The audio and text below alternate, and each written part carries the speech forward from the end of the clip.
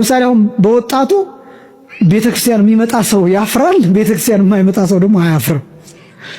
ናይት ክለብ የሚያድር ወጣት በኩራት ነው የሚያወራው። ወይኔ ዛሬ ብታየው ናይት ክለብ የጨፈርነው ጭፈራ ልነግርህ አልችልም። አያፍርም። አይገርምም? ወጣቱስ ቆርቤያለሁ ለማለት ያፍራል።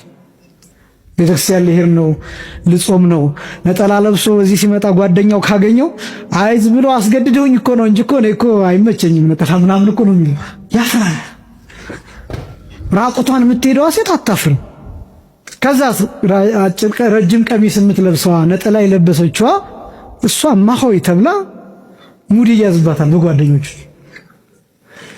አንዳንድ ነገሮች አልተገለባበጡባችሁ? ኳስ የሚያውቅ ሰው ስለ ኳስ ጨዋታ የሚያውቅ ሰው አያፍርም? የቅዳሴ ተሰጥኦ የሚፈልስ ሰው ያፍራል። ቄሱ ይባላል። በጣም ብዙ ነገሮች ተገለባ። አንዳንድ ጊዜ በየትኛው እንደምንግባባ ሁሉ ያስጨንቃል። እኔ ካባ ለብሼ በወጣ ብዙ ሰው በጣም ትኩረት ሊያደርግብኝ ይችላል። ምናልባት የሆኑ የፋሽን ልብሶችን ለብሼ ብሄድ ሊለኝ ይችላል። በጣም ሀሪፍ ልብስ ነው የለበስሽው ምናምን ይችላል። እንዴት እንደተዘዋወረ ግን አይገባኝም። በቃ እነዚህ አራዳ የሚባሉ ሰዎች እነሱ ሰልጥነዋል፣ ጨርሰው ዘመናዊ ናቸው። ከቤተክርስቲያን የሚወጣው እሱ ጅል ነው፣ ፋራ ነው፣ ገጠሬ ነው። በምን አይነት ሂሳብ እነዚህ እንደተዘዋወሩ አይገባኝ። እና ኃጢአት መስራት አያሳፍረንም፣ ንስሐ መግባት ግን ያሳፍረናል። ኃጢአት መስራት አያስጨንቀንም፣ ወደ ንስሐ መምጣት ግን ያስጨንቀናል። ንስሐ አባት መያዝ ያሳፍረናል፣ እንዲሁ እንደ አለሌ እንደ ባዝራ በየሜዳው መተኛት መጋደም ግን አያሳፍረንም። እንዴት ሆኖ ነው ነገሮች የተዘዋወሩት? እነዚህን ነገሮች በትኩረት አይታችኋቸው ታውቃላችሁ? መዝሙር መስማት ያሳፍራል፣ ዘፈን መስማት ደግሞ አያሳፍርም። ዘፋኝ መደርደር እሱ ያኮራል፣ ዘማሪ መጥራት ይሄ ደግሞ ያሳፍራል። እና አንዳንድ ነገሮች ላይ ዝም ብላችሁ በትኩረት ይዋችሁ እንዴት እየወደቅን እንደሆነ። በእውነት እግዚአብሔር ሁላችንም ከሞት እንዲያስነሳን የሱ ቅዱስ ፈቃድ ይሁንልን። ንስሐ የማይገባ ሰው ምን ይሆናል? ይጠፋል። ልላችሁ የምችለው ይህንን ነው። ንስሐ የማይገባ ሰው እድል ተሰጥቶት ይጠፋል። በነገራችን ላይ ንስሐ የማይገባበት የቤተ ክርስቲያን ቀን የለም። ለምሳሌ በሰሙነ ሕማማት እንደሚታወቀው አስቀድሞ ጸሎተ ፍታት ይደረጋል። ጸሎተ ፍታት ብቻ አይደለም፣ አስቀድሞ የንስሐ ጸሎት ይደረጋል። እሁድ አሁን የፊታችን ሆሳዕና ሰሙነ ሕማማት ላይ እንደዚህ ስላችሁ ኃጢአት ለመስራት ዋስትና እየሰጧቸው አይደለም። ግን ደግሞ ክርስቲያኖችን ኦርቶዶክሳውያን ሆነው ክርስቶሳውያን ሆነው ቢያርፉ አንተ በቸርነት ማራቸው ተብሎ ጸሎት ይደረጋል።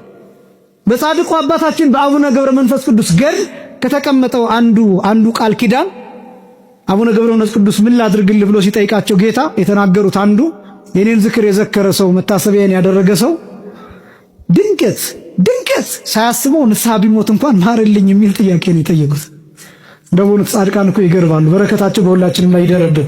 ድንገት ንስሐ ሳይገባ ቢሞት እንኳን ማርልኝ የሚል። በእነዚህ ነገሮች የቅዱሳን ቃል ኪዳን ጣልቃ ይገባን። በነገራችን አሁን በሰሙነ ሕማማት መሞት የኃጢአት ምልክት አይደለም። ከክፉ ሞት እግዚአብሔር ከድንገተኛ ሞት ሁላችንን የሚሰውረን። ግን አንዳንድ ሰው እገሌ እኮ ኃጢአተኛ ስለሆነ በሕማማት ሞት የኃጢአት ምልክት አይደለም። በየትኛውም ጊዜ ብትሞት የጽድቅም የኃጢአት ምልክት አይደለም። ጉዳዩ ነፍስ ወዴት ትሄዳለች ነው ጉዳዩ። ከዛ በፊት የሰራኸው እንጂ አሟሟት ጅብ በልቶ ብትሞት፣ መኪና ገጭቶ ብትሞት፣ አውሮፕላን ተከስክሶ መርከብ ሰጥሞ፣ እነዚህ ሁሉ የኃጢአትም የጽድቅም ምልክት አይደለም። 9 ሞት ሞጣ ቢሉት ይላሉ አባቶቻችን፣ አንዱን ግባ በለዋሉ ይባላል። በምንም አይነት አሟሟት ብትሞት የኃጢአትም የጽድቅም ምልክት አይደለም። ስለዚህ ይሄን ማወቅ በዘመነ በዓለ ሃምሳ ንስሐ አይገባም የሚሉ ሰዎች የለም። የቤተክርስቲያን ትምህርት እንደዛ የሚል የቤተክርስቲያን ትምህርት የለም። በነገራችን ላይ ንስሐ ይገባል። በበዓለ ሃምሳ ንስሐ ይገባል። ለምን? ኃጢአት ይሰራል። ኃጢአት በሚሰራበት ዘመን ሁሉ ንስሐ አለ። ኃጢአት ባለበት ሁሉ ንስሐ አለ። ኃጢአት ባለበት ሁሉ ምን አለ አልኩሽ? በበዓለ ሃምሳ ንስሐ አይገባም ሳይሆን የንስሐ አሰጣጡ ግን ይለያያል። ስግደት አይሰጥም ለምሳሌ፣ ጾም አይሰጥም ለምሳሌ። በበዓለ ሃምሳ ኃጢአት አትስሩ፣ አትዘኑ፣ አታልቅሱ። ምክንያቱም በዓለ ሃምሳ የደስታ ጊዜ ነው። ግን ደግሞ የደስታ ጊዜ ነው ስለተባል 24 ሰዓት እየበላ ጨፍር፣ የፈለግካት ሴት ጋር ተኛ፣ የፈለግሽው ወንድ ጋር ተኛ አይደል እንዴ? ሰው እየበላ እየጨፈረ እየሰከረ መጠጥ ቤት እያደረ ቱቦ ውስጥ እየተኛ ከሚስቱ ውጭ ሌላ ሴት ጋር እየሄደ ሐዋሳ ላንጋኖ እየሄደ ሶደሬ እየሄደ በኃጢአት እየወደቀ ይህን ዋስትና ወስዶ ንስሐ አልገባም እንዴት ይባላል?